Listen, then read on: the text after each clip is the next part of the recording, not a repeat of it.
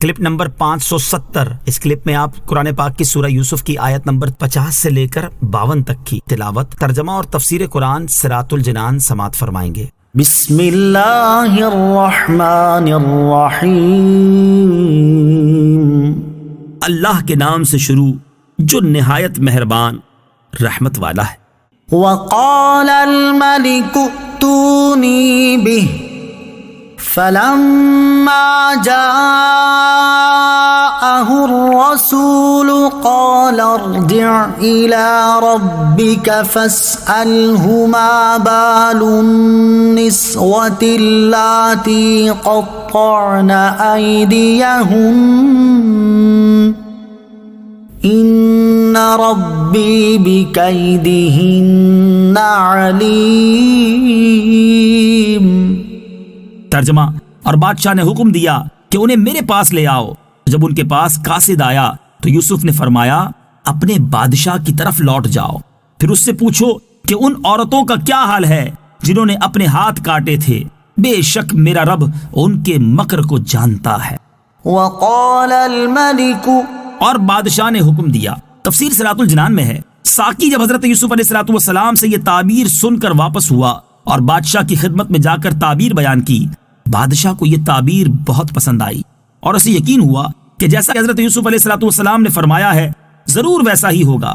بادشاہ کو شوق پیدا ہوا کہ اس خواب کی تعبیر خود حضرت یوسف علیہ السلام کی زبان مبارک سے سنیں۔ چنانچہ اس نے حکم دیا کہ حضرت یوسف علیہ السلام کو میرے پاس لے آؤ تاکہ میں ان کی زیارت کروں، کیونکہ انہوں نے خواب کی اتنی اچھی تعبیر بیان کی ہے۔ جب قاصد حضرت یوسف علیہ السلام کے پاس آیا اور اس نے حضرت یوسف علیہ السلام کی خدمت میں بادشاہ کا پیام عرض کیا تو آپ نے فرمایا اپنے بادشاہ کی طرف لوٹ جاؤ، پھر اس سے درخواست کرو کہ وہ تفتیش کرے کہ ان عورتوں کا کیا حال ہے جنہوں نے اپنے ہاتھ کاٹے تھے، بے شک میرا رب عز و جل ان کے مکر کو جانتا ہے۔ یہ آپ علیہ السلام نے اس لیے فرمایا تاکہ بادشاہ کے سامنے آپ کی براءت اور بے گناہی ظاہر ہو جائے اور اس کو یہ معلوم ہو کہ یہ لمبی قید بلا وجہ ہوئی، تاکہ آئندہ حاسدوں کو الزام لگانے کا موقع نہ ملے۔ اس سے معلوم ہوا کہ تہمت دور کرنے میں کوشش کرنا ضروری ہے۔ قال ما خطبكن إذ راوتن يوسف عن نفسه قلنا حاش لله ما علمنا عليه من سوء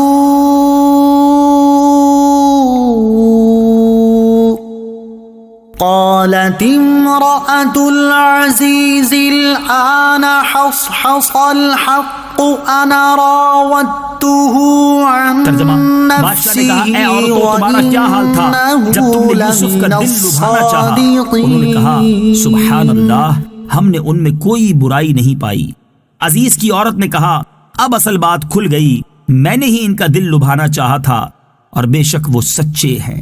وقال الملك، بادشاہ نے کہا۔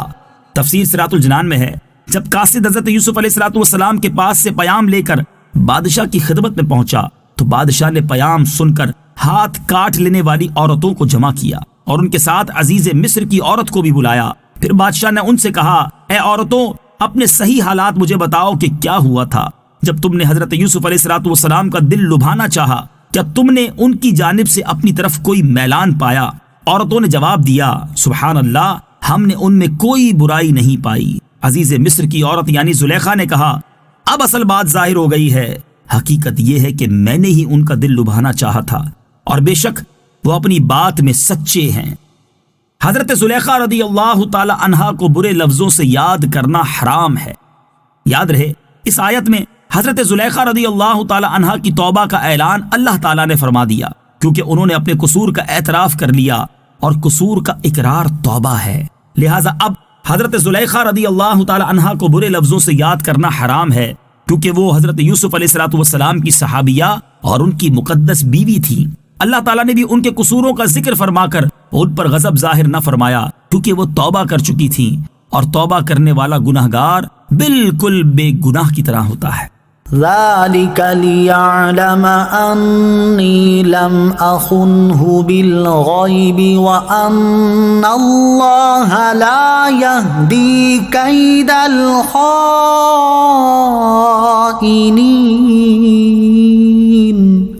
ترجمہ، یوسف نے فرمایا یہ میں نے اس لیے کیا تاکہ عزیز کو معلوم ہو جائے کہ میں نے اس کی عدم موجودگی میں کوئی خیانت نہیں کی، اور اللہ خیانت کرنے والوں کا مکر نہیں چلنے دیتا۔ ذالک، یہ تفسیر صراط الجنان میں ہے۔ بادشاہ نے حضرت یوسف علیہ السلام کے پاس پیام بھیجا کہ عورتوں نے آپ کی پاکی بیان کی اور عزیز کی عورت نے اپنے گناہ کا اقرار کر لیا ہے۔ اس پر حضرت یوسف علیہ السلام نے فرمایا میں نے قاصد کو بادشاہ کی طرف اس لیے لوٹایا تاکہ عزیز کو معلوم ہو جائے کہ میں نے اس کی غیر موجودگی میں اس کی بیوی میں کوئی خیانت نہیں کی، اور اگر بالفرض میں نے کوئی خیانت کی ہوتی تو اللہ تعالیٰ مجھے اس قید سے رہائی عطا نہ فرماتا، کیونکہ اللہ تعالیٰ خیانت کرنے والوں کا مکر نہیں چلنے دیتا۔ اس سے معلوم ہوا کہ جھوٹ کو فروغ نہیں ہوتا اور سانچ کو آنچ نہیں آتی، مکار کا انجام خراب ہوتا ہے۔